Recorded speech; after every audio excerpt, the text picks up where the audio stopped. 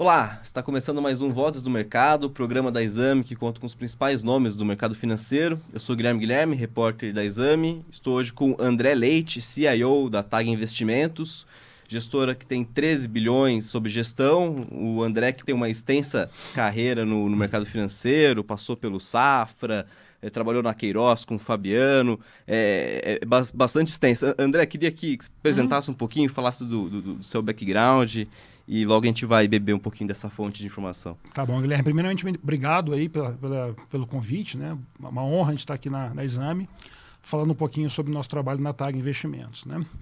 Eu comecei a carreira já em 1996, tem bastante tempo. Eu comecei no mercado financeiro como trainee do Banco Bozano Simonsen. O Banco Bozano Simonsen, na época, foi um dos percussores aí dos programas de trainee entre bancos.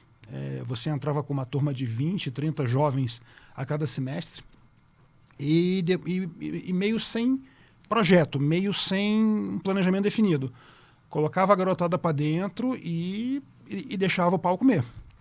Mas foi uma turma muito boa, assim, bastante gente boa saiu desse programa de trainees, né? Assim, por exemplo, o Márcio Appel, que é o gestor da ADA, o Roberto Campos Neto, nosso presidente do Banco Central, essas pessoas todas estiveram aí nessas turmas de trainee do Banco Bozano Simonsen. Depois disso, o banco foi comprado, né? Foi comprado pelo Santander. Também fiquei um período aí no Santander. Ainda no Rio de Janeiro tive uma passagem pela tesouraria de bolsa do Banco Modal.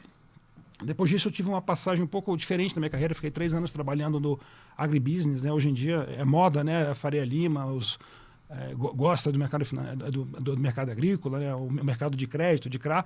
Mas isso eu estou falando de 2003, 2004. Eu fiquei 3 anos lá no Mato Grosso, né, fazendo um empreendimento do setor.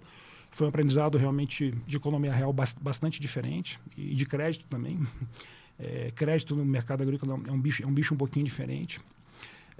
Depois disso, já em São Paulo, né, eu comecei a trabalhar no mercado de wealth, até porque até então eu não trabalhava como alocador. Até então as minhas funções tinham sido como gestor de fundos, né, ou então como trader em tesouraria. Aí, nesse período em São Paulo, eu também tive minha primeira passagem pela TAG, né, como CIO, lá entre 2013 e 2016. Depois disso, fui para o Safra, fui para o time lá de renda fixa multimercado. Saí do Safra, eu era o head lá da equipe de renda fixa multimercado. Fui empreender, fui para a Caroes Capital, um fundo macro, né, um fundo multimercado, onde eu fiquei 4 anos até 2023. 2023 apareceu a oportunidade de voltar para a TAG. Aí já é uma TAG bem maior, já um pouco diferente do passado. E, enfim, os astros eles se alinharam e eu estou já de volta no projeto já desde um ano atrás. Sensacional, muita experiência, né? André, o André também faz pesquisas, né, bastante interessantes na TAG. Uma delas até a gente soltou aqui na Exame, que compara o rendimento histórico do Ibovespa com o CDI, né? E a percepção é que o Ibovespa é meio que um CDI menos, né? Isso. Assim, como é que nasceu assim o desejo de fazer esse estudo? De onde que veio a motivação para fazer ele, né? A gente gasta muito tempo, né, pensando em asset allocation, né? Afinal de contas, nós somos alocadores, né? A TAG, uma gestora patrimonial com 20 anos já de experiência, 20 anos de mercado, 13 bilhões aí sob gestão, metade disso público institucional, a outra metade público pessoa física. E a gente está sempre se perguntando, né, qual é a melhor alocação para os nossos clientes, para cada perfil dos clientes que a gente tem. É uma coisa que já vinha chamando a atenção há algum tempo, é o desempenho da Bolsa Brasileira, que é um desempenho pífio, um desempenho bastante medíocre, né, se você for comparar com o risco que você está correndo, né? O que o livro texto fala para a gente de investimentos no mundo inteiro? Se você está correndo mais risco, né? A Bolsa Brasileira é um ativo que tem, na média, aí 24%, 25% de volatilidade. Se você está correndo esse risco, naturalmente você tem que ser, ao longo do tempo, no médio prazo, no longo prazo, remunerado com uma taxa de retorno acima da taxa livre de risco, que é o CDI. E quando você vê várias janelas, não é isso que acontece. Você tem, desde as janelas mais curtas até as janelas mais longas, até 20 anos, o Ibovespa é um CDI menos.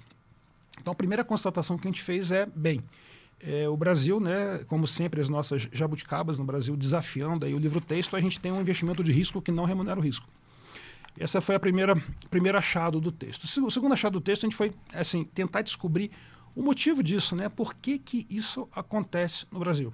Então, a primeira coisa que a gente fez foi pegar o Ibovespa e colocar ele lado a lado com o S&P 500, né, a bolsa americana, e tratar os dois como se os dois fossem uma empresa só. Você consolida o balanço de todas as empresas, você tem ativo, passivo, consolidado, você tem DRE, consolidado dos dois. A gente começou a analisar um do lado do outro para ver por que existe esse diferencial de desempenho tão grande, né? A primeira coisa que saltou aos olhos da gente foi que tanto a questão de margens quanto a questão de retorno sobre o capital, que também acaba aparecendo na questão de receita, de faturamento, o faturamento do S&P ao longo do tempo, né, você pega assim 20 anos, é um faturamento muito constante, ele oscila muito pouco.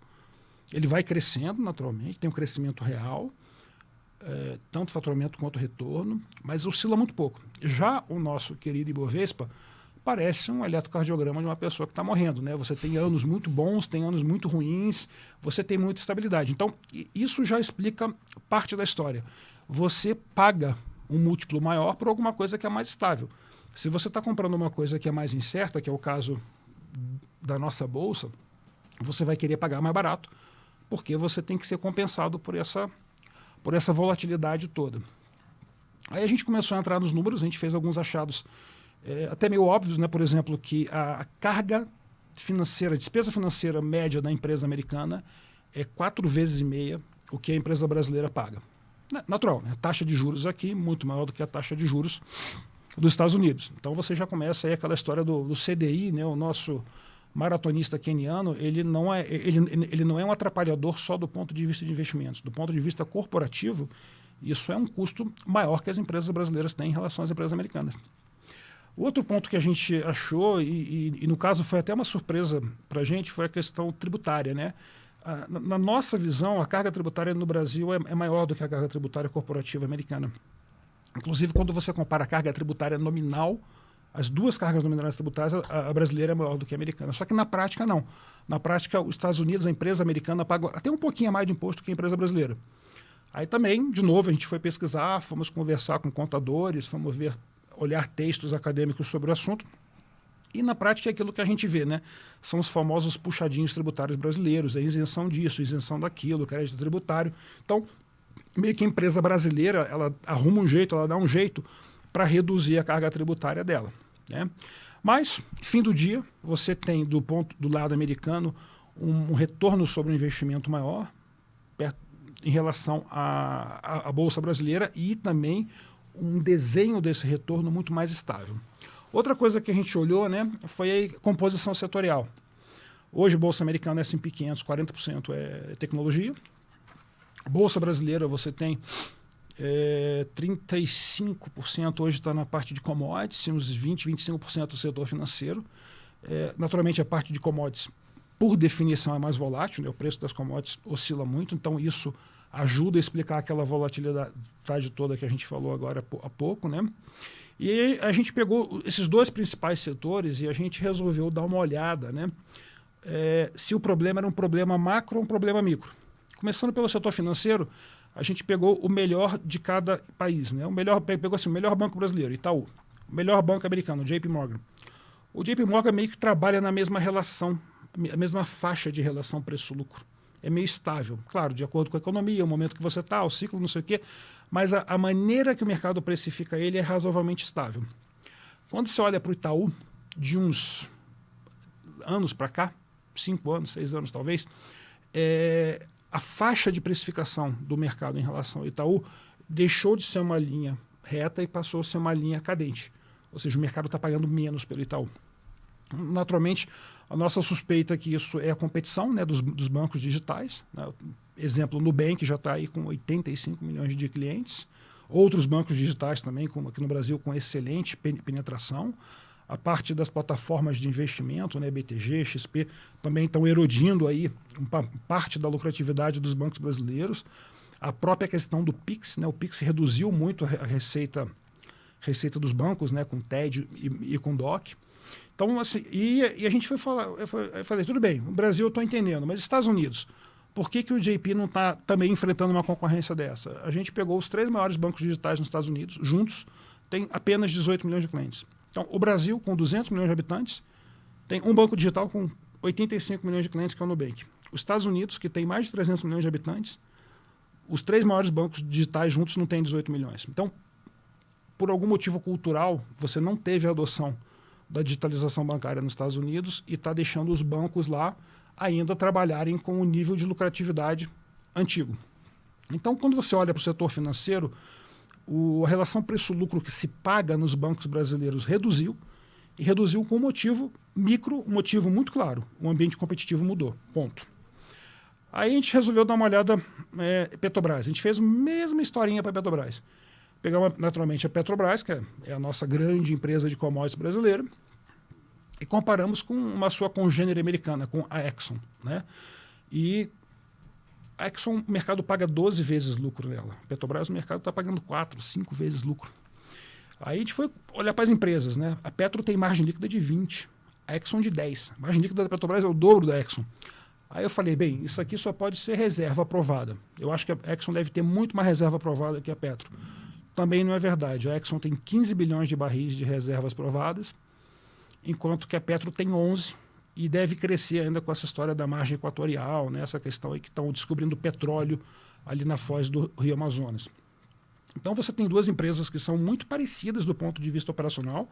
Petrobras é melhor até, né? Ela é mais eficiente até do que a Exxon, e o mercado paga 1/3, né? Então, quando você olha para o setor de commodities, quando você olha para a Petrobras especificamente, aí você não vê uma questão micro.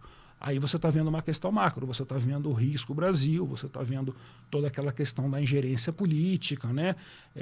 A Petrobras já foi utilizada no passado para desvio de recursos, já foi utilizada para você poder fazer uma política industrial do século XVIII, que não deu certo, né? Agora tem o risco que isso volte a acontecer novamente. Então, você quando olha para a Petrobras, o problema não é a empresa em si, o problema é risco Brasil, risco político ali. A Petrobras, por si só, né, se fosse deixada sozinha, é uma empresa maravilhosa, empresa que está produzindo hoje 4 milhões de barris dia de petróleo, até 2030, quando vai ser o pico do pré-sal, isso deve chegar em 6 milhões de barris. Ela é muito eficiente, ela custa para ela $3-4 para extrair o barril do pré-sal, barril esse que ela vende a 80, 85. Então, assim, a empresa é uma máquina de fazer dinheiro, é super eficiente, tem uma tecnologia no mundo que ninguém tem, que é a tecnologia de você explorar no pré-sal. O problema todo dela é o uso político. Se você deixasse a Petrobras sozinha, quietinha, operando tecnicamente, teria tudo para ser uma empresa bem melhor precificada pelo mercado do que é precificado hoje. Bem, então a gente chegou aqui a algumas conclusões macro e micro, né? E quando você olha para a precificação como um todo, né, você vê que o S&P hoje está negociando a 21 vezes lucro, enquanto que o nosso Bovespinha está negociando perto de 8 e pouquinho de lucro, né? É uma diferença de 13 pontos, né? Historicamente, essa diferença é 5 pontos. Ou seja, hoje a gente está com um gap de precificação entre a Bolsa Americana e a Bolsa Brasileira, talvez o maior da história. Alguns fatores eu acho que explicam isso, né? A primeira questão da tecnologia, a gente está vivendo agora talvez uma nova revolução tecnológica com a história da inteligência artificial, né? Do AI, né? Isso explica uma parte desse gap de precificação. E o outro é a questão de fluxo mesmo, né? Você está com taxa de juros alta no Brasil, você está com taxa de juros alta nos Estados Unidos, então o americano, né, o CDI do americano, né, o queniano lá do americano está rodando a 5,40. Se ele quiser um pouquinho mais de risco e comprar high yield, né, comprar ali o crédito corporativo um pouquinho mais arriscado, ele está com uma taxa de 8, 8,5. Então o americano está ganhando 8, 8,5. Se ele comprar um bond do JP Morgan, que é um bond de primeira linha, ele vai ganhar 6, 6,5. Por que esse investidor estrangeiro vai vir aqui na América do Sul, lá longe, para investir o dinheiro dele, né? Então, com isso, você tirou o fluxo, você tirou um pedaço do fluxo, o fluxo estrangeiro. Lembrando que o fluxo da B3, 50% é gringo, né? Está muito negativo, né? Muito negativo esse ano. Aí, quando você olha para o fluxo local, né, do investidor brasileiro, ele também não está querendo saber de risco, ele também não está querendo saber de bolsa. Por quê? Taxa de juros alta, é uma taxa de juros estava 14, agora está 10,5, por uma inflação de 4, então é um juro real gordo, pau puro. E quando você coloca a isenção, os produtos isentos, aí realmente você mata a indústria de risco. Se você pega uma debênture de infraestrutura, por exemplo, de uma empresa AAA, você vai pegar uma taxa IPCA mais 6, IPCA mais 6,5 e sem imposto de renda. compõem isso ao longo do tempo, 10 anos, 15 anos, 20 anos, é praticamente imbatível, né? Então, meio que o Brasil está sofrendo com a falta de fluxo externa, mas está sofrendo também com a nossa falta de fluxo interno. Então, isso contribui para que a gente esteja com uma precificação tão baixa, tão barata assim. E só para a gente fechar esse assunto de bolsa, desse estudo de bolsa, um outro estudo, um outro ângulo que a gente olhou foi o seguinte: por que a bolsa brasileira ela entrega um desempenho tão pior, historicamente falando, do que o IMAB, do que o Tesouro IPCA, do que as NTN-Bs? A gente pegou a taxa interna de retorno esperado da bolsa brasileira de 20 anos para cá, que nada mais é do que o lucro esperado para os próximos 12 meses, você divide pelo preço da bolsa. E esse número é um número real, porque o crescimento dos lucros no Brasil ele acompanha a inflação. Então, você não está falando de número nominal, está falando de número real. O que a gente achou? Na média, nos últimos 20 anos, a taxa interna de retorno esperada para a bolsa brasileira, em termos reais, é 13%, é IPCA mais 13%. Quando você compara isso com a taxa interna de retorno esperado para as NTN-Bs no mesmo período, alguma coisa perto de IPCA mais 6%. Né? Aí, qualquer pessoa que olha para esse gráfico e fala, bem, é claro que a bolsa desempenhou muito melhor. Um negócio que tem uma tira esperada de 13 tem que andar melhor do que uma coisa que tem uma tira esperada de 6. Por que isso não aconteceu? Aí você vai olhar a realidade, não aconteceu. Foi justamente o inverso, né? Que eu falo, o Brasil é o país que ele consegue desafiar o livro-texto de mercado de capitais, o livro-texto de investimentos. Aí a gente ficou pensando um tempão nessa história. Caramba, por que o Brasil subverte, né, uma coisa tão lógica, uma coisa tão matemática, uma coisa tão óbvia, né? A gente conversou com muita gente, bate-papo com o nosso economista, o Lívio Ribeiro, que é o nosso economista que ajuda bastante a gente. Conversamos com mais gente do mercado. Aí eu estava conversando com o Walter Maciel, que é o CEO da Quest, tive um insight, né? O Valtinho virou e falou assim, ó, as pessoas confundem no Brasil a diferença de volatilidade para previsibilidade. O que ele falou na frase lá dele? Ó, volatilidade você se protege. Você tem instrumentos do mercado financeiro, as opções, o mercado de futuros, você faz hedge, você coloca menos dinheiro no risco, enfim, tem um monte de maneira de você lidar com a volatilidade. Só que o argumento dele foi o seguinte, ó, a previsibilidade você não tem nada que você possa fazer em relação a isso. Aí eu peguei essa fala dele, linkei com o nosso gráfico e falei, caramba, isso explica esse gráfico daqui. E eu detalho isso agora para vocês, né? Você, quando tem uma NTN-B, quando você tem um Tesouro IPCA, você tem volatilidade, porque o negócio sacode, né? O preço, a curva de juros mexe todo dia. Só que você não tem problema de previsibilidade, porque é um contrato. Você comprou um IPCA mais 6 e pouquinho hoje, você levou até o vencimento, chova, faça sol, o STF pode decretar a barbaridade que for, pode acontecer o que seja, mas você vai receber o seu IPCA mais 6 bonitinho no prazo do vencimento. Então você tem volatilidade, mas você não tem problema de previsibilidade. Já a Bolsa, não. A Bolsa você tem a mesma volatilidade, maior até inclusive do que as NTN-Bs, e você tem uma baita de uma imprevisibilidade aqui no Brasil. Né? Um exemplo claro que a gente viveu agora recentemente, MP 1227. O governo chega da noite para o dia, querendo fazer uma MP valendo praticamente poucos dias adiante, que as empresas deixariam, em grande medida, de fazer o aproveitamento de crédito de PIS e COFINS. Alguns setores, como, por exemplo, o agronegócio, iam acabar da noite para o dia. Porque todo o modelo de business do cara, de negócio do cara, ele está contemplando uma carga tributária que ele está contando com esse ressarcimento de aproveitamento de crédito de PIS e COFINS. Se o governo chega e fala para ele, ó, bonitão, você não pode mais aproveitar, o lucro dele vira prejuízo. Né? Naturalmente isso caiu, teve uma gritaria danada da classe empresarial, mas o que fica é isso, o Brasil é absolutamente imprevisível. Né?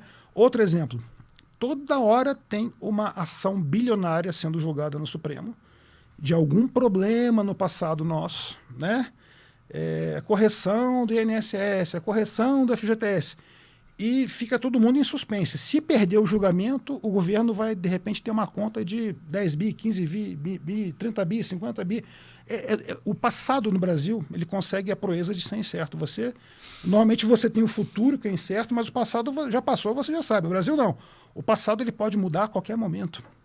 Então, esse componente todo de imprevisibilidade que a gente tem na nossa economia, no nosso sistema jurídico, no nosso sistema político, eles fazem com que a Bolsa tenha uma taxa interna de retorno esperada maior, mas ela não consegue realizar o potencial.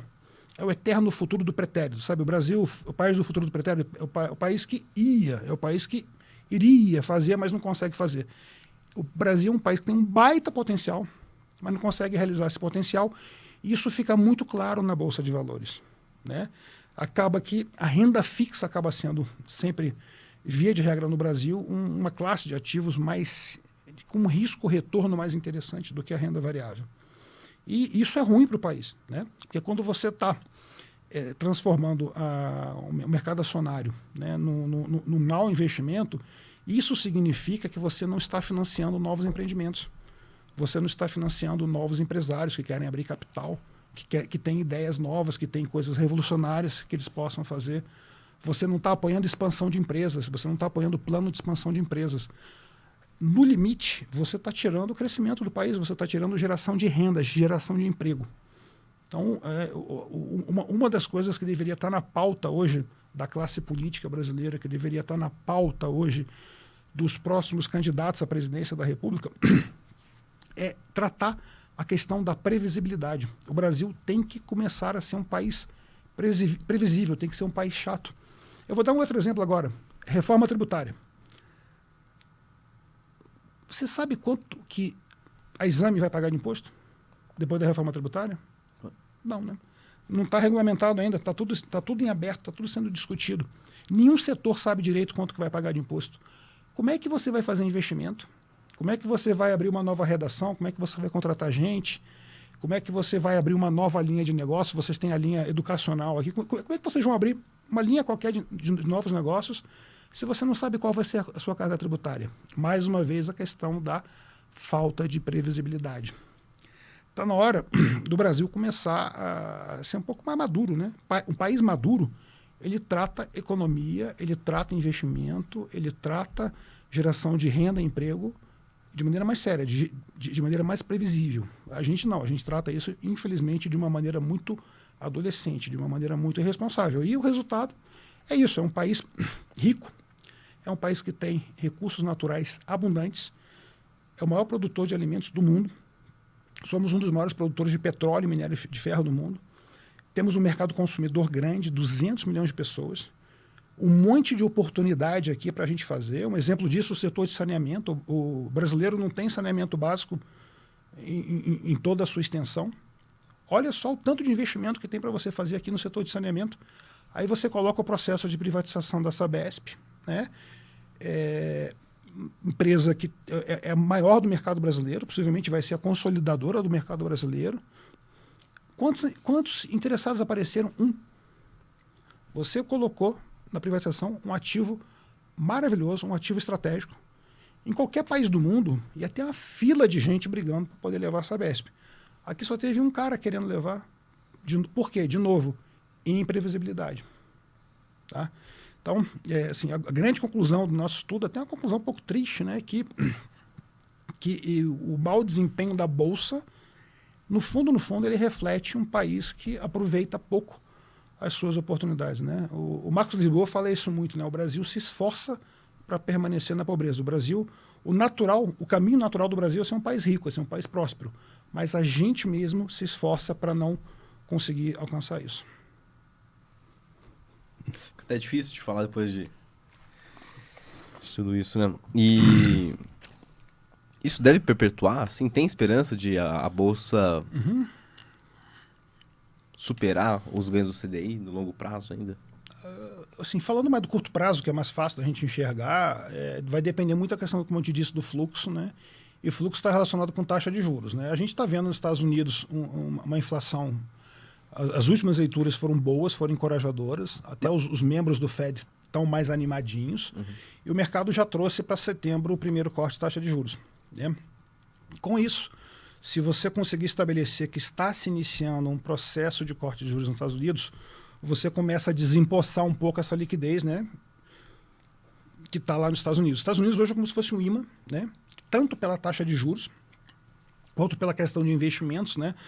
Tudo aquilo que a gente estava conversando antes sobre política industrial do governo Biden é $1 trilhão em 10 anos de investimentos nos Estados Unidos, seja para armamento, seja para transição energética, seja para a indústria de microprocessadores. Então, os Estados Unidos hoje é um imã gigante, né? Usando até uma linguagem da astronomia, como se fosse um buraco negro sugando todo o dinheiro para ele. Quando você começa a cortar a taxa de juros, né, o dinheiro começa a escoar. Isso pode ser bom para a Bolsa de curto prazo. Há razões para o timing desse ser positivo, mas sim, é difícil pensar na Bolsa como um instrumento de poupança hoje. Eu diria que sim, porque aí você esbarra no estrutural. Aí a nossa Bolsa, né, você acaba sendo uma Bolsa mais de trading do que investimentos. É claro, se você for pegar o histórico da Bolsa, tem janelas que ela foi muito bem, que ela bateu o CDI nessas janelas. Mas são momentos de trading.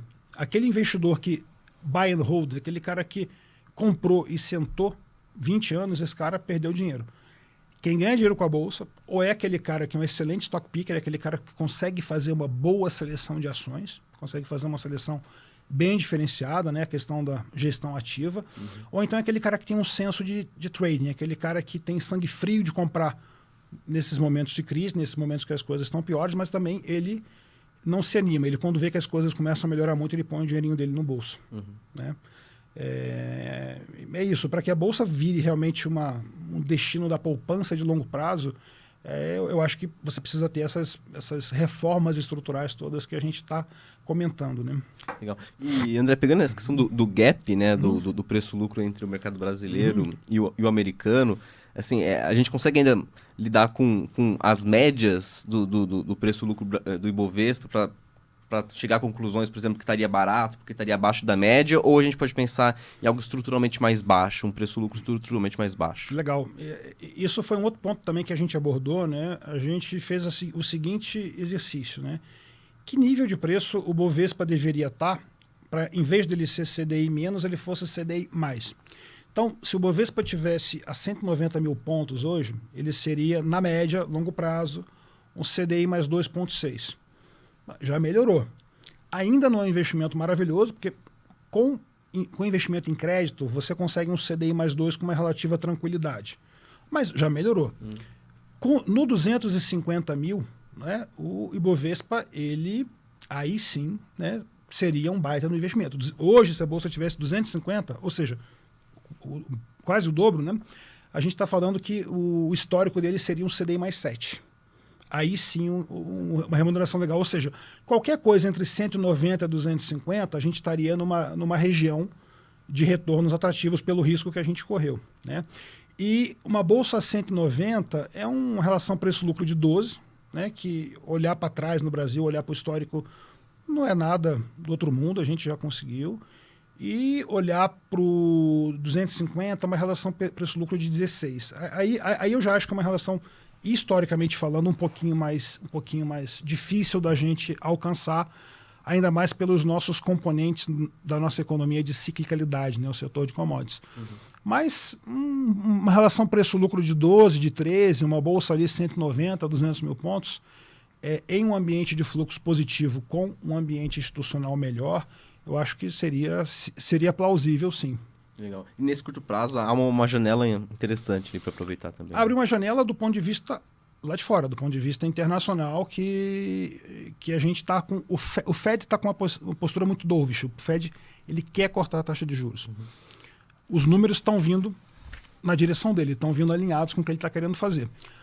Por outro lado, né, essa questão aí da eleição americana, que a gente pode tratar depois, é meio que aquilo que o mercado talvez fosse começar a colocar no preço lá para outubro, novembro, quando você tivesse o resultado mais claro das eleições americanas, o mercado está trazendo para já essa precificação, que o pessoal chama de que são os trades do Trump. Né?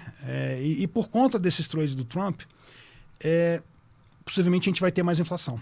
Então, até quando você olha lá para fora, meio que você tem dois vetores brigando agora. Né? Você tem um vetor que é o Fed e a inflação de curto prazo querendo cortar juros, só que você tem o Biden que vai gastar pra caramba, que vai ser zero preocupado com o fiscal, que vai trazer um pouco mais de inflação lá na frente, inclusive com as práticas protecionistas dele, que a gente pode falar um pouquinho disso depois. Uhum.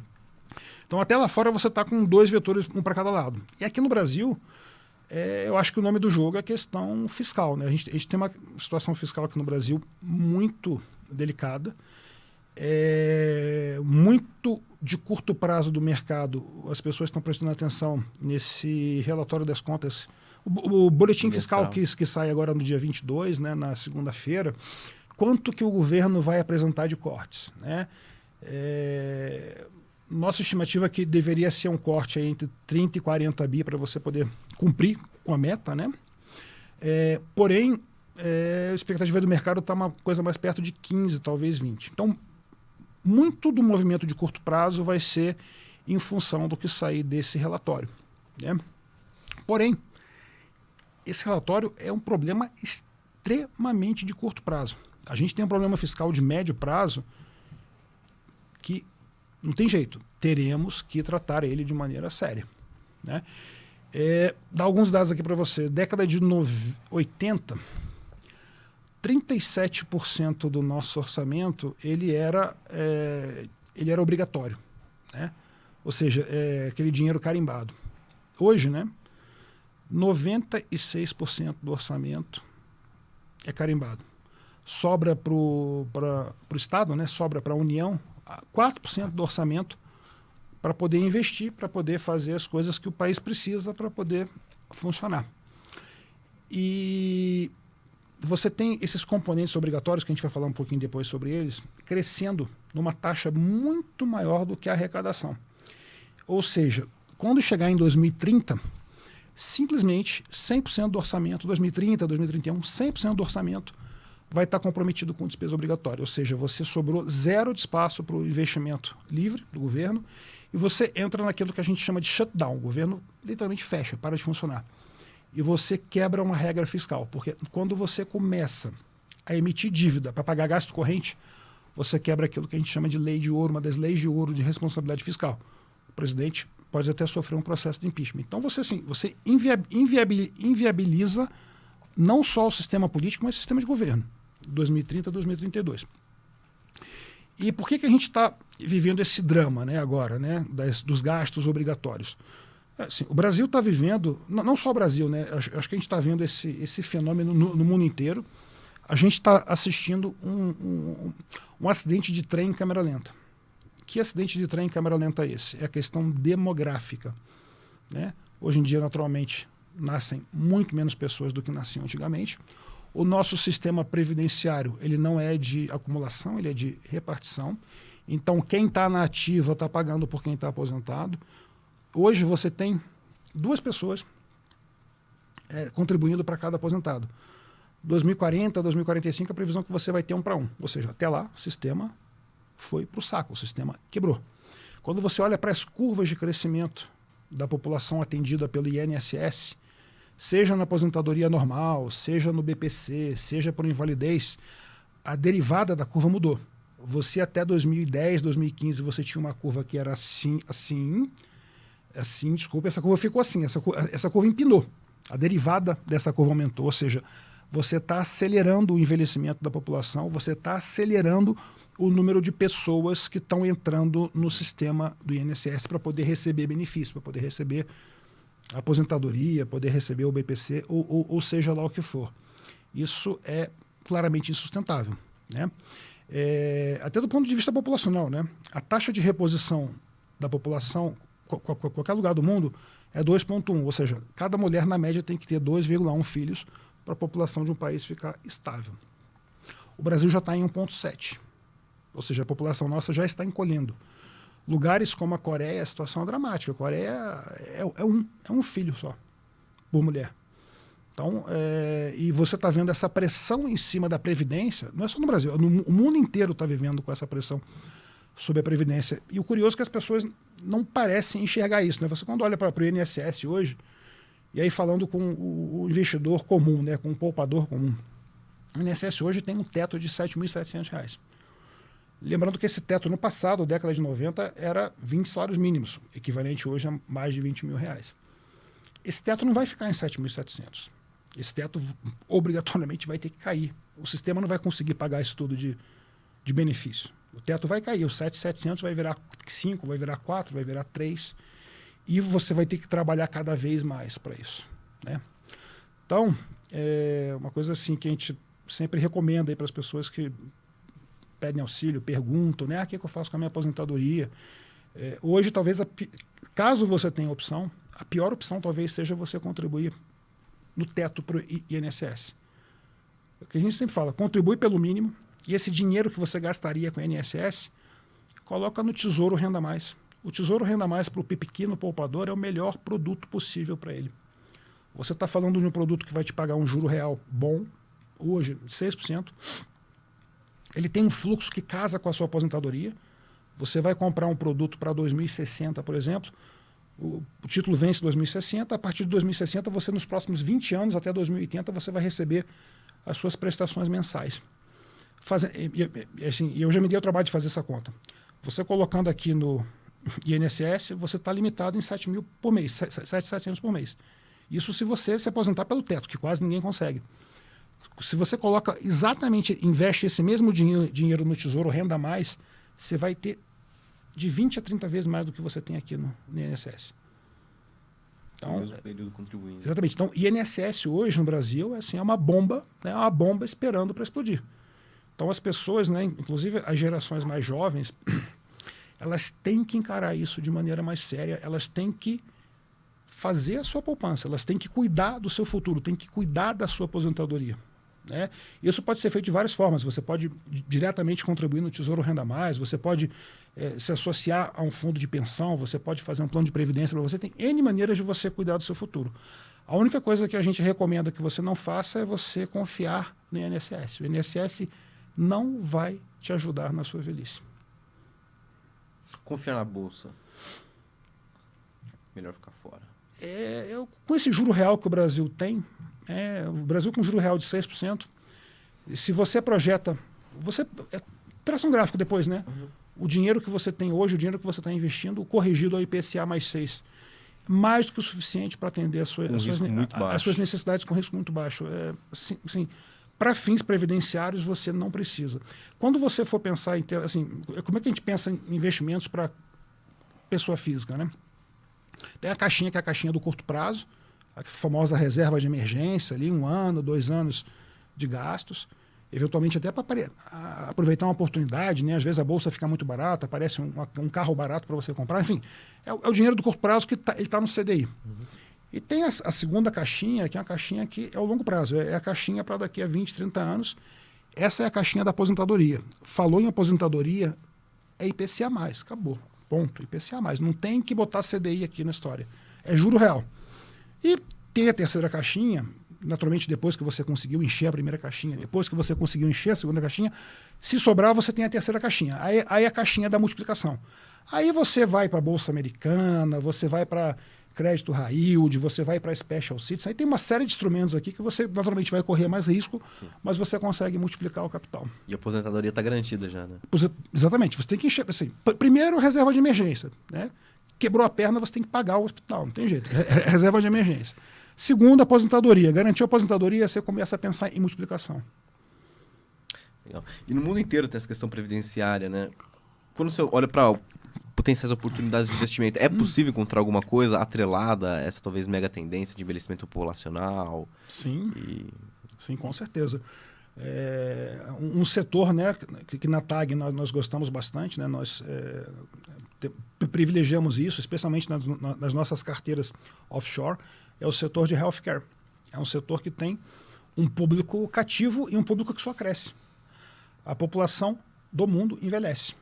Então, esse setor tanto da parte de farmacêuticos quanto da parte de hospitais, enfim, toda a infraestrutura que você precisa, você vai ter um crescimento absurdo. É por isso que você tem uma inflação médica muito maior do que a inflação das outras coisas.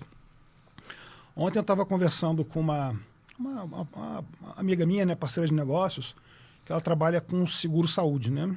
E ela me deu o seguinte dado: nos últimos 5 anos, reajuste médio dos planos de saúde no Brasil foi 15% ao ano. E lá fora também. Lá fora, o reajuste do plano de saúde, né, da assistência médica nos Estados Unidos, a inflação disso é o dobro da inflação normal. Da inflação, né? Então, definitivamente, essa é uma tendência, é um setor que a gente gosta muito, é um setor que só vai crescer. E a gente estava falando antes do início da gravação que é um setor que também, de certa forma, pode se beneficiar, né, com o Trump Trade também, né? Sim, por conta da questão da regulação, né? Fala um pouquinho agora dos Estados Unidos, né, como é que a gente está vendo aí o Trump Trade. Assim, primeiro, o mercado está considerando como cenário básico que o Trump vai ser eleito, né? Ele já vinha com favoritismo, depois do atentado a popularidade dele disparou. As pesquisas que saíram essa semana nos swing states, né, aqueles estados que definem as eleições, já mostra para a gente que a distância dele para o Biden abriu. Então o mercado está começando a colocar no preço o governo Trump 2, né? Então a gente tem que avaliar o que vai ser a economia do Trump, né? O Trumpnomics 2.0. O que vai ser isso, né? Primeiro, você vai ter menos regulação, né? Então isso é bom para o setor financeiro. Também é um setor que a gente gosta lá fora, nos Estados Unidos, o setor bancário a gente gosta.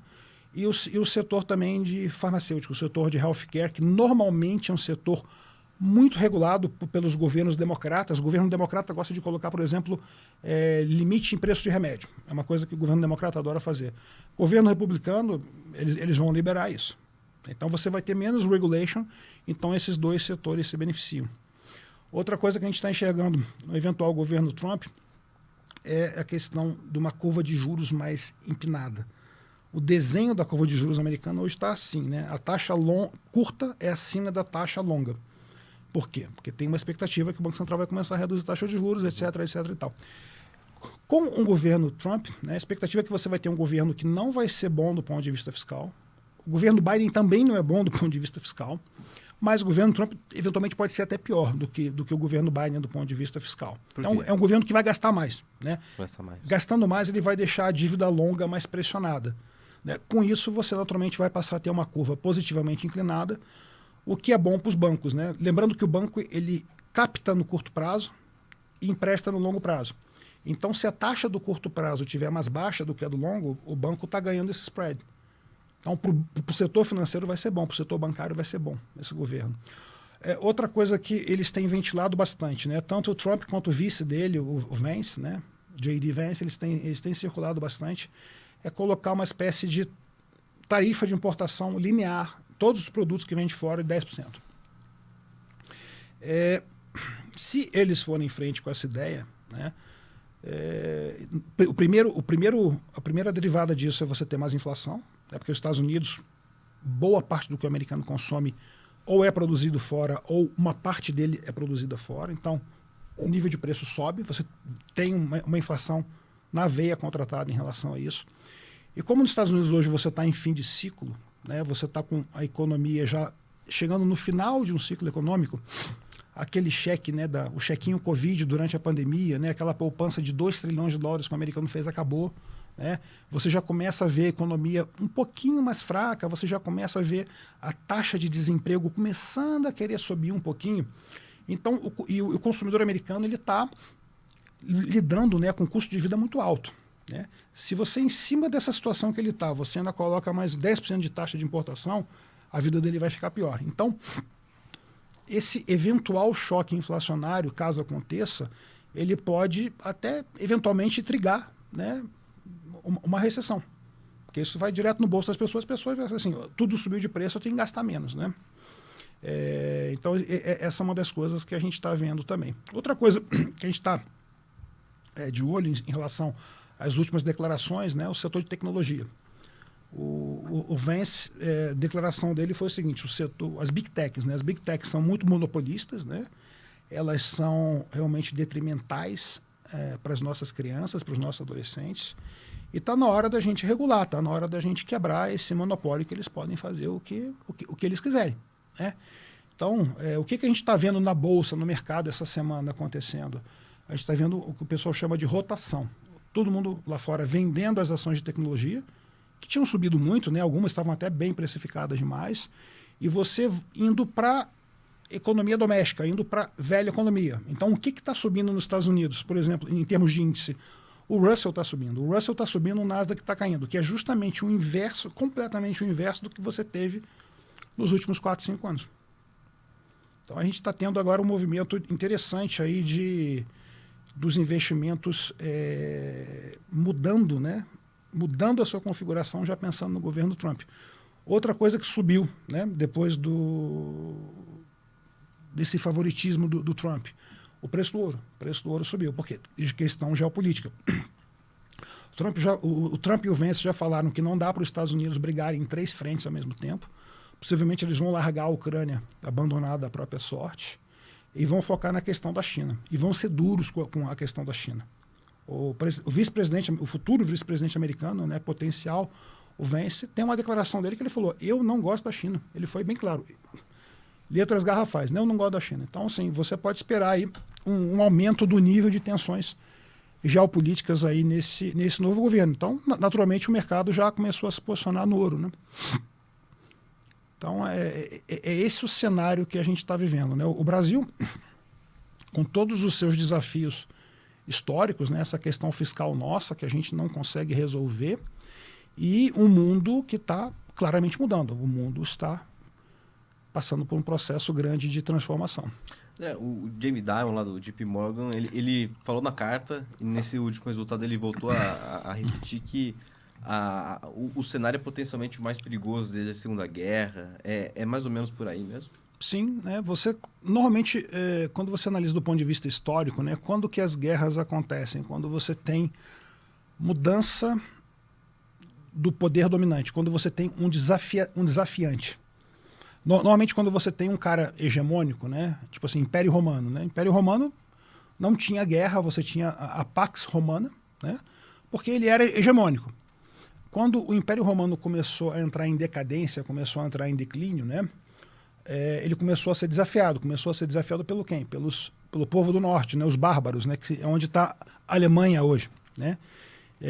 Aí veio a guerra. E isso acontece desde que o mundo é mundo. E hoje a gente está vivendo exatamente isso, né? Você tem um poder hegemônico, que é os Estados Unidos. Antes da Segunda Guerra Mundial, talvez até um pouco antes, Primeira Guerra Mundial até, você tinha a hegemonia da Inglaterra. Você teve meio que uma transição pacífica, né? Porque são 2 países amigos, né? Um país até gerou o outro. Você deixou de ter hegemonia inglesa, passou a ter hegemonia americana. Teve uma ameaça disso com a União Soviética, que sucumbiu, né? Como praticamente todos os regimes socialistas, você teve um fracasso retumbante da sociedade. E os Estados Unidos, década de 50, 60, 70, 80, 90, ele meio que reinou sozinho, ele reinou absoluto. E agora não. E agora você está tendo justamente a China, né, que é um poder, um novo poder global que está desafiando os Estados Unidos. Então, quando você tem 2 blocos tentando manter, o outro tentando conquistar a hegemonia, com certeza a probabilidade... Veja bem, não estamos dizendo que isso vai acontecer, mas a probabilidade de você ter um conflito aumenta. E isso é uma coisa que até o mercado, né, o mercado pensa muito do ponto de vista econômico, né? Por exemplo, um pensamento que o mercado tem, né? O governo Trump não deveria ser protecionista, né? Não deveria ser protecionista na questão de comércio exterior, porque, afinal de contas, a teoria econômica diz que quando você tem o livre comércio, com ausência de barreiras, cada país ele produz aquilo que ele é mais eficiente e todo mundo se beneficia fazendo o que é melhor e comprando do outro aquilo que o outro faz melhor. É o que a teoria econômica diz. Só que o político, o mundo geopolítico não pensa assim, né? O que o J.D. Vance falou agora no Congresso do Partido Republicano que está acontecendo nos Estados Unidos agora? Ele falou o seguinte: a gente quando topou a história da globalização com a China, né? Foi quando a China entrou para a Organização Mundial do Comércio da década de 90. A gente quando topou, a gente quando assinou esse negócio, a gente quando estimulou esse negócio, o que era racional por detrás dos líderes americanos, dos líderes europeus daquela época? Bem, eu vou liberalizar a economia chinesa. O chinês ele vai conhecer o produto americano, ele vai conhecer o capitalismo, ele vai conhecer a liberdade de expressão, ele vai querer empreender, ele vai assimilar os valores ocidentais. E esse processo de assimilação dos valores ocidentais vai fazer com que a China se transforme num país democrático, uma democracia. O que o Vence falou agora? Bem, a nossa aposta estava errada. A gente apostou na globalização, esperando que eles fossem se democratizar, e muito pelo contrário. Eles só ficaram mais ricos, porém continuam sendo tão ditadores e autocráticos como sempre foram. Então eles falaram, se eu continuar nesse caminho da globalização, eu só estou tornando meu adversário mais forte. Então você vê como é que a lógica é diferente, né? O mercado financeiro, os economistas pensam a ótica puramente do livro de economia. O político, o geopolítico, não. O cara está pensando com outra cabeça. Ele, assim, se eu tiver que pagar mais caro para produzir nos Estados Unidos, dane-se. O que eu não posso é tornar uma autocracia, uma ditadura, aos olhos dele, perigosa, mais forte ainda. André, esse cenário mais inflacionário nos Estados Unidos, de certa forma, e de maior protecionismo, isso de certa forma fortalece o dólar no mundo? Sim. Engraçado que foi bom você tocar nesse assunto, que um dos pilares aí que o Trump e o Vance estão defendendo, né, que eles querem um dólar fraco para estimular a exportação. Né? Só que tudo que eles estão fazendo, tudo que eles estão planejando fazer vai na direção oposta. Eles querem um dólar fraco, mas o que eles vão acabar colhendo é cada vez o dólar mais forte mesmo. André, li até um artigo da Gavico ali que eles falam dessa questão que poderia fortalecer o dólar e eles colocam como uma alternativa um potencial acordo de câmbio talvez para ter intervenções cambiais e deixar o dólar talvez artificialmente mais baixo. Faz sentido isso? Eles estão, assim, basicamente o artigo do Gavico se refere ao Acordo de Plaza, né, que em 1985, se você pega o gráfico do dólar naquela época, né, e não existia o euro, né, você tinha ali o franco suíço, tinha o marco alemão, tinha o franco francês, tinha a libra esterlina. Se você pega o dólar contra essa cesta de moedas europeias e mais o ien, e mais a moeda japonesa, o gráfico, pré-85, ele fez assim. O dólar se valorizou assim de forma absurda. E, sim, eles conseguiram fazer um acordo, né, que todo mundo concordou, né, de intervir, né. Depois o próprio mercado jogou a toalha e você, nos anos seguintes, você despencou com o preço do dólar. Naquela época, né, você tinha um mercado financeiro muito menor. Né? O volume de dinheiro circulando, o volume transacionado no comércio externo, o volume de derivativos, enfim, tudo era muito menor. Ou seja, aonde eu quero chegar? Talvez naquela época fosse mais fácil o mero acordo em um hotel de Nova York conseguir mexer tão grande o preço do câmbio. Hoje, tamanho do mercado do jeito que eu tenho algumas dúvidas se um simples acordo feito no hotel chique, se isso mexeria assim de forma tão significativa no preço da moeda. A força do mercado é muito mais forte hoje. Sim, claro. Se isso acontecer, vai ter volatilidade, o mercado vai sofrer no começo, mas no fim do dia o que acaba prevalecendo é o fundamento. Né? A menos que você coloque controle de capital. Aí é outro jogo, se você começar a colocar barreira para o capital circular, aí você está indo para um outro mundo. Mas mantendo-se essa premissa de livre circulação de capitais, a despeito da volatilidade, o que prevalece é o fundamento. Exemplo agora, por exemplo, o mercado japonês. O ien, né, chegou a bater 161, 162 por dólar. É um dos níveis mais depreciados na moeda japonesa dos últimos 10, 15, 20 anos. Inclusive, quem estiver pensando em viajar, é um lugar excelente e está barato. Você vai para os Estados Unidos, está caro para caramba, você vai para a Europa, está caro para caramba. O Japão é um lugar legal de você ir e está barato. As coisas estão acessíveis lá. O governo japonês ele tentou fazer isso coisa de meses para cá, 6 meses para cá. Que eu me lembre pelo menos umas 3 intervenções, cada intervenção gastando 20, 30 bi de dólar, gastando dinheiro pra caramba. E o que ele fez no mercado? Mal fez cosquinha. No dia que ele interveio lá de 162, foi para 158, depois voltou tudo de novo, enfim. O ien está reagindo agora, mas muito mais reagindo à questão do Trump do que qualquer outra coisa. Mas, assim, intervenção não muda a direção de moeda. Intervenção pode reduzir volatilidade, como o Brasil já fez no passado, né? Você tinha falta, 2020, você tinha falta de moeda, então você tinha que dar aquela ração, né? Todo dia o Banco Central dava ali um pouquinho de dólar. Você melhora a questão de funcionalidade no mercado, você reduz a volatilidade, mas intervenção não muda a direção. E, André, já que você ficou em Japão, a bolsa lá, apesar do ien estar fraco, a bolsa tá nas máximas, né? Desde acho que a década de 90 ali. Talvez justamente por conta disso. O Japão, você tem a questão da moeda, né? O Japão é um país exportador, então ele ficou mega competitivo. O que eu vou falar agora parece loucura, mas é verdade. É mais barato produzir no Japão do que na China hoje. Quando você pega a relação entre o ien e o yuan, né? O CNH chinês, você vê que também está mega depreciado. Então, hoje, se você tem que decidir uma fábrica onde você vai colocar, hoje está mais barato você produzir no Japão. E, além disso, o Japão, nos últimos anos, eles passaram por grandes reformas corporativas, né? O corporate japonês ele era muito opaco, as decisões não eram muito transparentes, o minoritário não era respeitado, você não tinha muita distribuição de dividendos, isso começou a mudar. Eles meio que fizeram uma reforma corporativa, né, nos últimos 10 anos, e isso está começando a se pagar, está começando a aparecer. Então, você junta aí esses dois fatores, né, eu acho que isso explicou esse rally da Bolsa japonesa, né, que veio lá dos seus 20 e poucos mil pontos para o... É desesperado de um momento de um pouco mais crescimento, lá tá pensando nas taxas de inflação um pouquinho, saindo pelo menos do terreno Sim, negativo. o Japão está crescendo um pouquinho mais, eles aparentemente, né, com esse estímulo louco que eles fizeram, né, a questão de estímulo monetário lá é absurda. Então, eles conseguiram gerar um pouquinho de inflação, conseguiram gerar um pouquinho de crescimento, porém, né, o que é crescimento no longo prazo para qualquer país? Né? É função de duas coisinhas. Primeiro é o crescimento da produtividade e segundo é o crescimento populacional, da população economicamente ativa.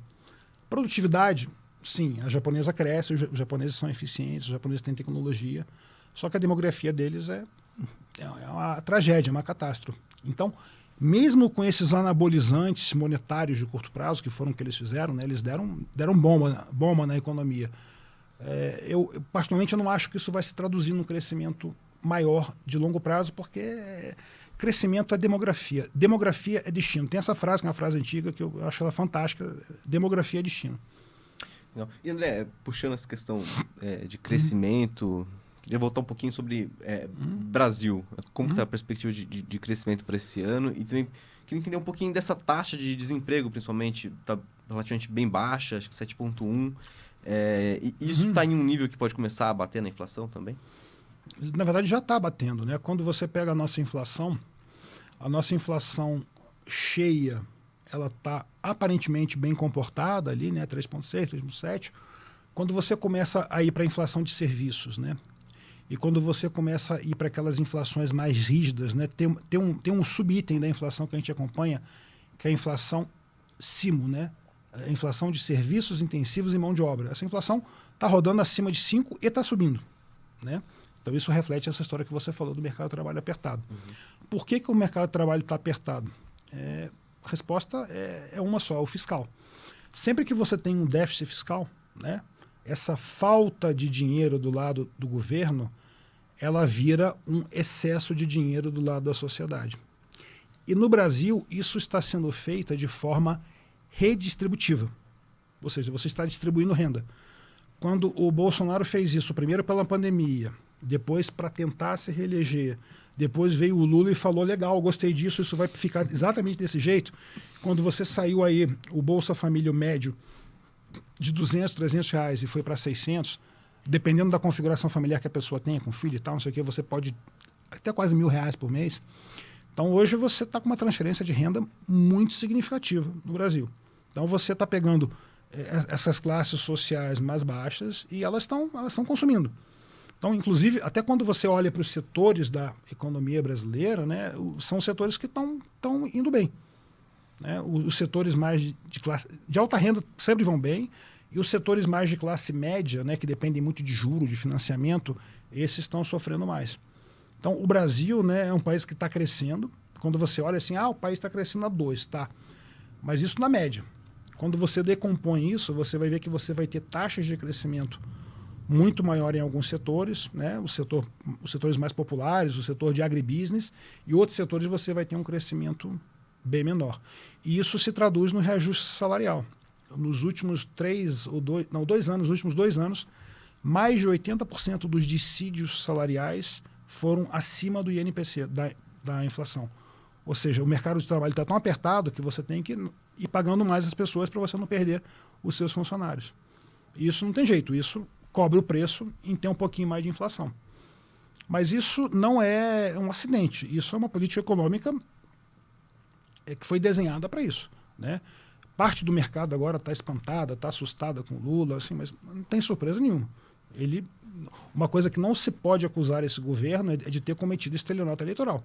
Ele sempre falou que o governo dele é esse, é um governo que não presta atenção, que não cuida do fiscal, porque ele quer fazer esse processo de redistribuição de renda, né? Que, assim, se você parar para pensar do ponto de vista histórico, é justo, né? O Brasil tem uma dívida social, tem uma dívida histórica com a sua população mais pobre, que tem um serviço ruim de saúde, tem serviço ruim de educação.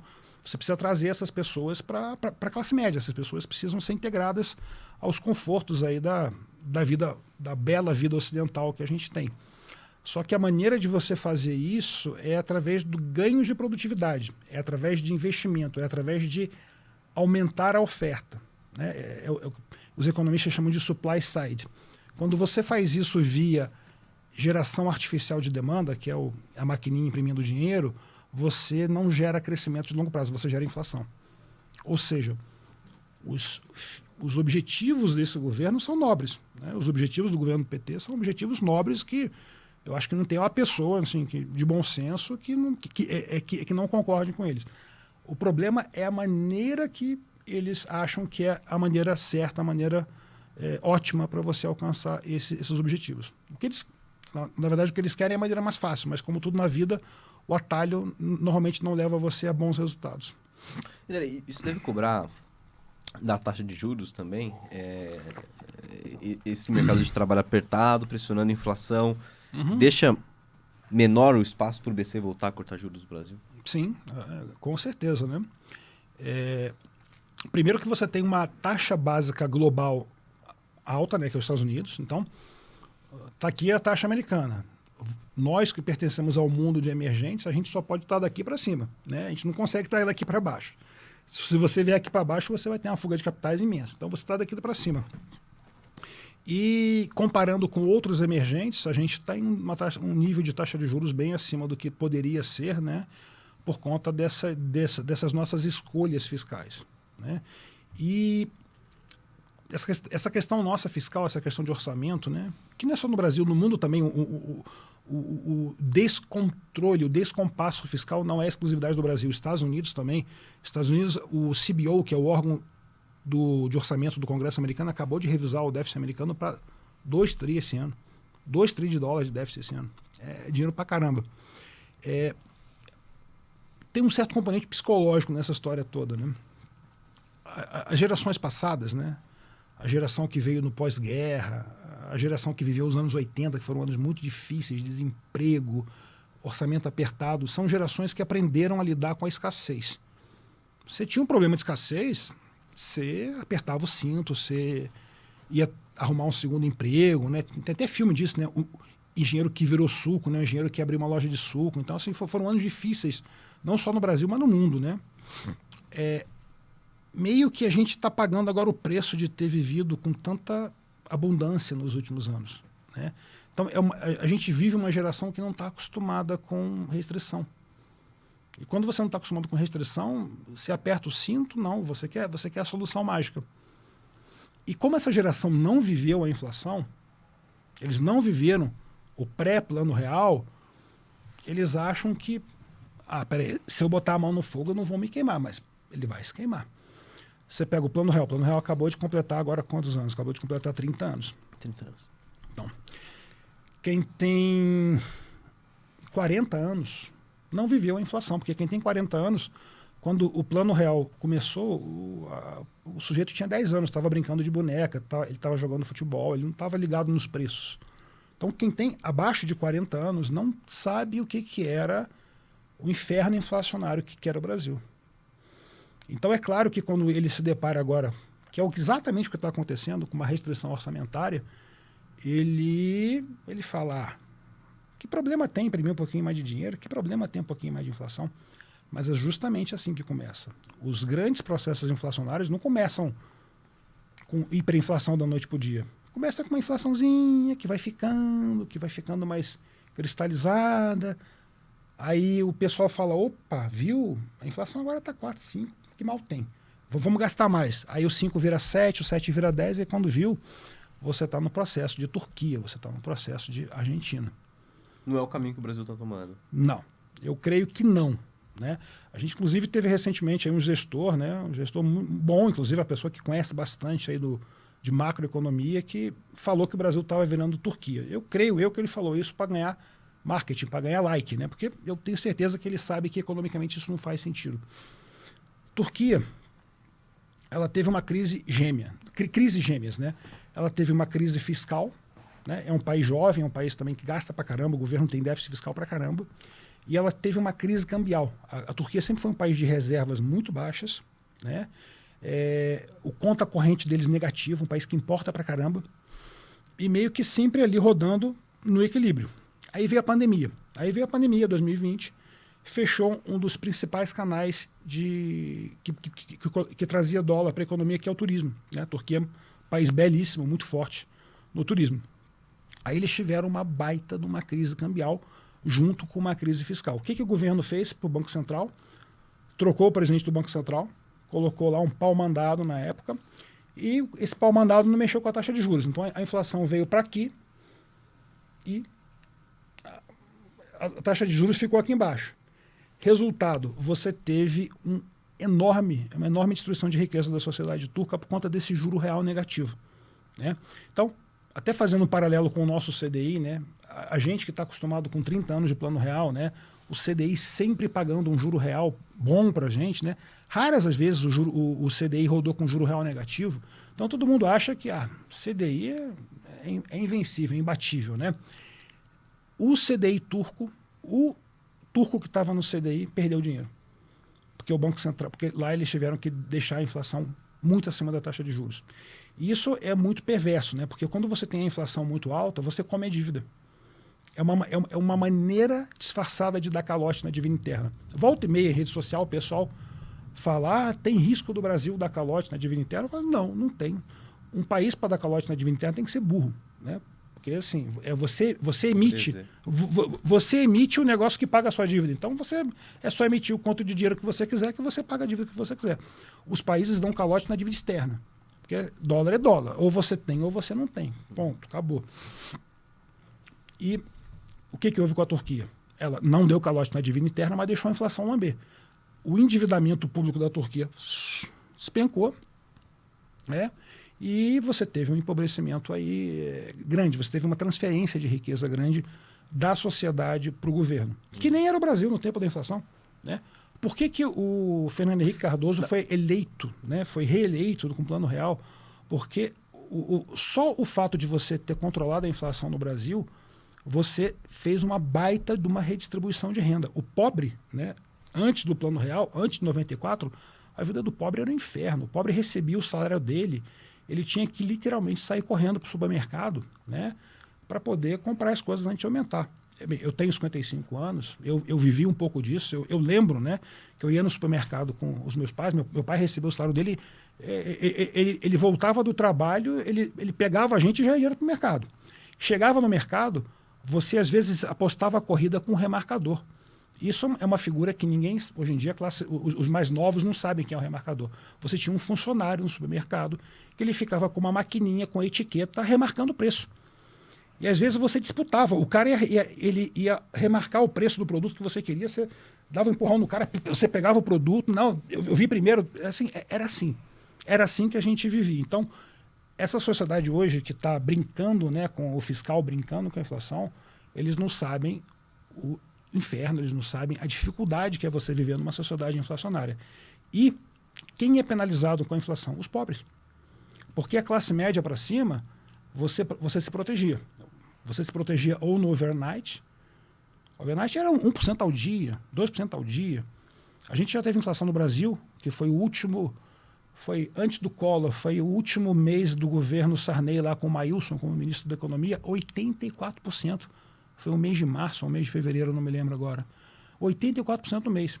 Só que da classe média para cima, todo mundo com dinheiro no over, né, você se protegendo, ou o dólar, você usava muito dólar, as transações eram feitas em dólar, você comprava apartamento em dólar, comprava carro em dólar, o carro era reserva de valor, você comprava carro como investimento. Não tinha esse negócio que a gente sabe hoje, comprei um carro, ele vai cair de preço, porque ele deprecia, ele vai ficar velho. Não, o carro era investimento na época. Então, assim, eu acho que talvez o que esteja faltando agora, até para essa geração mais nova, que acha que a vida é fácil, a vida é todinho, né? Passar um pouco as histórias do passado para eles verem que, gente, não dá para brincar com essa conquista. O Plano Real foi uma conquista muito importante da sociedade brasileira e a gente não pode simplesmente jogar isso pela janela. E trazendo para os investimentos aqui, André, quando a gente pensa em IPCA, né, eu peguei o último foco, a gente vê uma projeção para o ano que vem abaixo ainda de 4, né, 3,9, e tem a NTNB pagando IPCA mais 6, daria uns 10%, e o prefixado pagando 12%. Nesse cenário, dado o risco da inflação surpreender para cima, faz sentido ficar na NTNB ainda? Essa pergunta é excelente. Um dos estudos que a gente fez ano passado sobre as NTNBs, né, que as NTNBs, se você pegar as classes de ativos brasileiras, qual que é a melhor classe de ativos no Brasil? O IMAB, né, que é o índice das NTNBs do Tesouro IPCA. Aí a gente falou, nossa, mas por que esse cara bate tanto assim as outras classes de ativos, né? Um dos motivos que a gente elencou é que existe um erro de precificação nesses papéis. O Boletim Focus, que é divulgado toda segunda-feira pelo Banco Central, com a previsão de inflação para os próximos 12 meses, né? A gente fez um estudo que a gente pegou todas as observações do Boletim Focus semanais e a gente mediu 12 meses depois se a inflação que aconteceu na prática foi aquilo que o mercado estava prevendo. E você acha um gráfico completamente assimétrico. O mercado brasileiro erra a inflação. E ele sempre prevê a inflação abaixo do que ela vai ser. E a gente, quando coloca isso em números, na média, é claro que isso oscila todos os anos, mas na média, os últimos, desde que existe o Boletim Focus, a inflação acaba sendo 0,9 acima do que o mercado espera. Isso é até brincadeira do mercado financeiro. Assim, todo começo de ano eu aposto almoço com o economista que eu estou trabalhando no momento, que ele vem com uma inflação, a inflação é tanto esse ano. Eu jogo aquele meu 1% de cabeça, eu falo, não vai ser isso, não vai ser 1% acima. Aí ele, você tá louco, André? Não, vamos apostar almoço. Tá aqui, eu aposto almoço. A cada 10 anos eu ganho 8 almoços. Por quê? Porque a gente erra a inflação. Então, trazendo isso para as NTNBs, quando você olha ela ex ante, né, essa conta que você fez agora, eu tenho 6 mais 4, 10 é menos do que 12 no prefixado, não é um investimento legal. Isso que você está fazendo uma conta ex ante. Então, ex ante, a NTNB parece que ok, não é grandes coisa. Só que como você tem esse biscoitinho da sorte da inflação que sempre vem acima do que você espera, ele ex post, ele acaba se mostrando melhor do que você esperava antes. E esse é um fator. E o segundo fator é, quando você está no CDI ou quando você está no pré-fixado, via de regra, a curva de pré-fixado é uma curva mais curta, né? Você está falando, um pré de 1 ano, pré de 2 anos, pré de 3 anos. A curva não vai muito longe. A curva de pré-fixado, Tesouro Direto vai até 2030, eu acho, 2030 e pouco. É de 2027, esse de 12. Você não passa muito disso. Já a curva de NTNBs é uma curva longa. Então, ela te dá a oportunidade de travar um juro real gordo por mais tempo, 2040, 2050. Você está travando a sua aposentadoria ali. Então, essa é a diferença. Se você me perguntar, você acha melhor um pré de 1 ano, um pré de 2 anos ou uma NTNB de 1 ano, de 2 anos curtinha? Eu concordo com você. Eu acho que faz mais sentido um pré curtinho.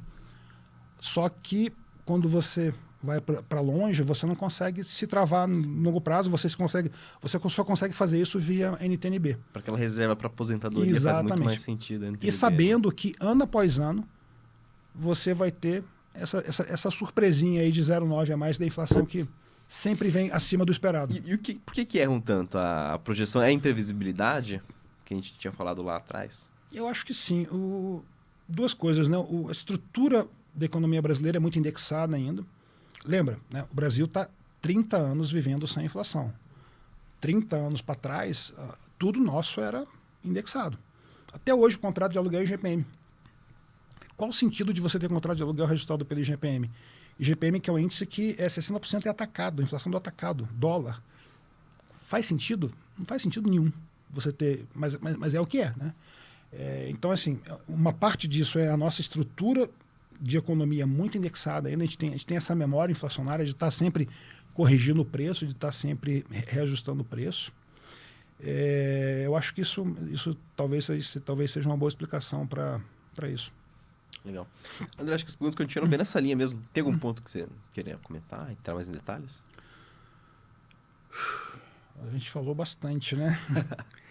Eu acho que é isso. Eu acho que a gente está vivendo, assim, do ponto de vista de investimentos, talvez um dos períodos mais incertos do que a gente já teve nos últimos 20, 30 anos. A gente claramente teve um regime econômico depois da crise de 2008 até a pandemia, que foi um regime do fiscal comportadinho, né? Os déficits fiscais dos países eram comportadinhos, e você teve uma preponderância da política monetária sobre o fiscal, ou seja, os bancos centrais só subindo e caindo juros, eles controlavam direitinho ali o nível de atividade, o nível da inflação. Depois da pandemia, né, essa sociedade todinho que a gente falou, essa sociedade que não está acostumada a viver com restrição, resolveu virar a chavinha no fiscal. Não é só no Brasil, não. O mundo todo resolveu virar a chavinha no fiscal. Então, a gente está hoje um fiscal grande no mundo, né? O fiscal hoje ele está mais importante, mais preponderante do que o monetário. O que isso significa? Significa que o monetário não está fazendo o mesmo efeito. Então, por isso que a gente está tendo um ciclo econômico agora, que é um ciclo econômico muito diferente dos ciclos econômicos passados, que você tinha uma série de correlações históricas. Você falava, o Banco Central vai subir o juro para tanto, logo vai ter uma recessão que vai colocar essa inflação sob controle. Por que o mercado todo errou a recessão americana em 2023? Todo mundo errou, todo mundo falou, vai ter inflação, não teve inflação. Por quê? Fiscal. Meio que a gente tem que reaprender a trabalhar e a modelar um mundo com um fiscal grande, com um fiscal que está preponderante em relação ao monetário, né? Que basicamente era o mundo dos anos 50, dos anos 60, dos anos 70, era um mundo mais inflacionário. E essa geração não está mais no mercado financeiro. Talvez o último grande expoente dessa geração no mercado financeiro se aposentou, que é o Bill Gross, aquele gestor da PINCO, né, dos títulos americanos. Ele tem mais de 70 anos, ele pegou um pedaço desse mercado. Mas aquele mercado financeiro não tem mais ninguém nativo. Então, o mindset de todo mundo que está no mercado hoje foi um mindset do, monetário funciona, o monetário é legal. Talvez não, talvez a gente tenha que readaptar a nossa maneira de pensar para um mundo que o fiscal tem mais importância do que o monetário. E junto com isso, é um mundo que está vivendo um divórcio geopolítico. O Oriente está se separando do Ocidente. Você tem uma briga pela hegemonia, tem uma briga por esse poder, que naturalmente só aumenta a questão, né, do risco inflacionário. A globalização, ela é desinflacionária. A desglobalização, ela é o contrário, ela é inflacionária. Além, é claro, de toda a volatilidade aí que está associado com potenciais conflitos militares. Então, estamos vivendo um mundo diferente. A gente tem que aprender a navegar, tem que aprender a olhar para os investimentos, né, de um olhar um pouquinho diferente. Por isso que a gente gosta tanto de juro real. Porque o juro real me defende disso. Sim. E eu não falo só juro real no Brasil, não. Você olha para as TIPS americanas, que são as NTNBs americanas, elas estão pagando inflação mais 2 e pouquinho. Historicamente, isso é muito bom, né? 2% de juro real para os Estados Unidos é um juro bom.